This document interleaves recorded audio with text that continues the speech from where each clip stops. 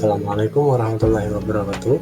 Perkenalkan, saya dari Latsar Angkatan 22, BPSDMD Regional Kalimantan Selatan. Nama saya Fadli Al-Kausar, dari kelompok 2. Kali ini saya akan menyampaikan tugas agenda 1 terkait analisis isu efektivitas kinerja individu berdasarkan tupoksi saya sebagai apoteker di puskesmas. Kita mulai dari pengertian isu. Isu merupakan masalah yang dikedepankan untuk ditanggapi. Selanjutnya, tahapan analisis yang dilakukan ada 5. 1. Identifikasi isu. 2. Analisis tapisan masalah dengan metode APKL dan OSG. 3. Analisis akar masalah dengan diagram fishbone. 4. Pemecahan isu atau masalah dengan metode SWOT. Dan terakhir, alternatif pemecahan masalah. Diawali dengan identifikasi isu terkait pekerjaan saya sebagai apoteker di puskesmas.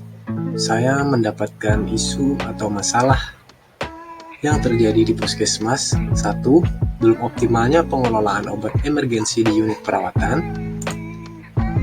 2. Penggunaan antibiotik yang tidak tepat pada pasien.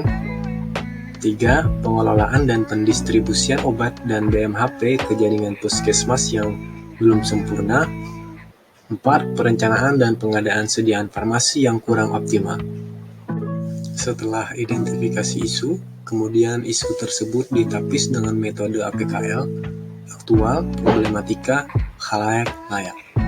Skala skor APKL yaitu 1-5 dengan 1 terendah dan 5 yang tertinggi. Dari keempat isu yang diangkat, jumlah skor tertinggi yaitu isu perencanaan dan pengadaan sediaan farmasi yang kurang optimal. Kemudian lanjut ke analisis tapisan masalah menggunakan metode USG, yaitu urgency, seriousness, dan growth. Metode USG digunakan sebagai pembanding metode APKL. Dari metode USG ini dapat diketahui jumlah skor tertinggi juga sama dengan metode APKL, yaitu isu perencanaan dan pengadaan sediaan farmasi yang kurang optimal. Setelah analisis tapisan masalah dengan metode APKL dan USG, dilanjutkan dengan analisis akar masalah. Di sini analisis akar masalah menggunakan metode fishbone atau tulang ikat.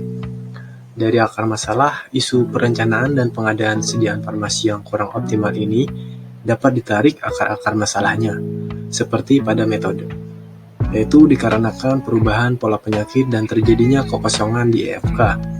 Kemudian pada man atau manusianya, kurangnya SDM di bidangnya terutama farmasi, dan komunikasi yang tidak terjalin dengan baik. Kemudian ada measurement, yaitu laporan pemakaian yang tidak optimal, dan LPLPO atau lembar pemakaian dan lembar permintaan obat yang kurang baik dan benar. Kemudian di materialnya, terlalu banyak laporan, dan SOP perencanaan dan pengadaan.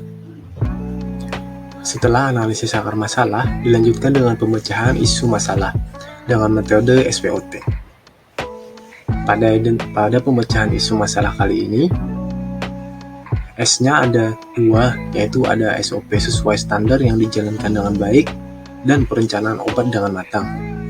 Untuk W, weakness-nya, kurangnya SDM terutama di bidang farmasi dan kurangnya komunikasi. Untuk opportunity-nya, komunikasi, perencanaan, dan pengadaan sediaan farmasi yang baik, dan melaporkan ke IFK atau instalasi farmasi kabupaten, baik itu RKO atau rancangan kebutuhan obat ataupun sediaan yang fast moving. Dan untuk treat-nya, yaitu pola peresepan maupun pola penyakit yang sering berubah, dan pendistribusian oleh IFK atau instalasi farmasi kabupaten yang tidak sesuai kebutuhan.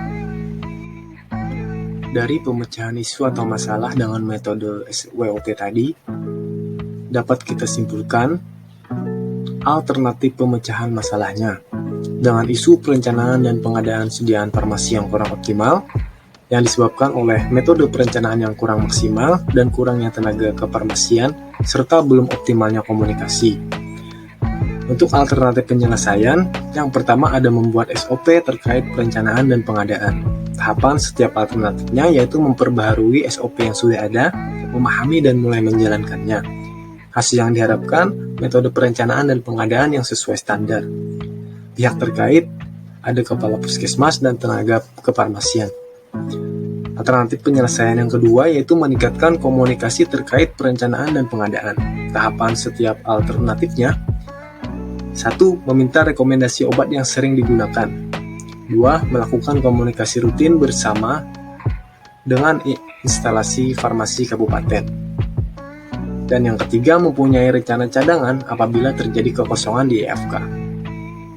Hasil yang diharapkan, tentunya terpenuhinya stok sediaan farmasi. Pihak yang terkait yaitu ketenaga kefarmasian, penanggung jawab upaya kesehatan perorangan, penanggung jawab subunit puskesmas. Mungkin itu saja analisis isu terkait tugas individu agenda 1 ini. Terima kasih atas perhatiannya. Sampai jumpa di video selanjutnya. Tetap patuhi protokol kesehatan ya.